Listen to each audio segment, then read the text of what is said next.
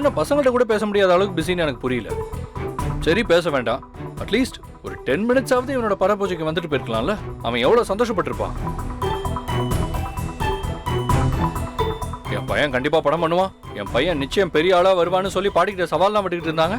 எழில் லைஃப்ல ஜெயிக்கிறது தான் சந்தோஷம்னே சொல்லிட்டு இருந்தாங்க. அதெல்லாம் உண்மைன்னா அவங்க நேர்ல வந்திருக்கணும்ல. அம்மா மாறிட்டாங்கண்ணே. அம்மா இப்பெல்லாம் முன்ன மாதிரியே இல்ல.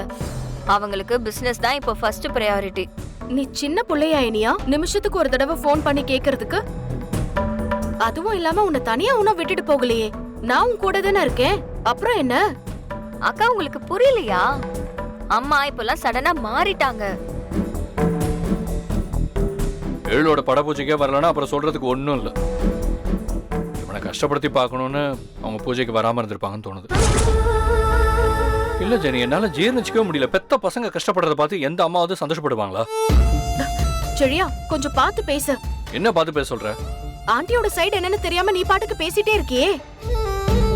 உலகமே இடிஞ்சு விழற மாதிரி இருந்திருந்தாலும் அவங்க எழிலோட பட பூஜைக்கு கண்டிப்பா வந்திருப்பாங்க தான். அவங்க வரலன்னா கண்டிப்பா அதுக்கு ஏதாவது காரணம் இருக்கும். என்ன பெரிய காரணம்? இல்ல என்ன பெரிய காரணம்னு கேக்குறேன். அவங்க ரெஸ்டாரண்ட் தான் காரணம்.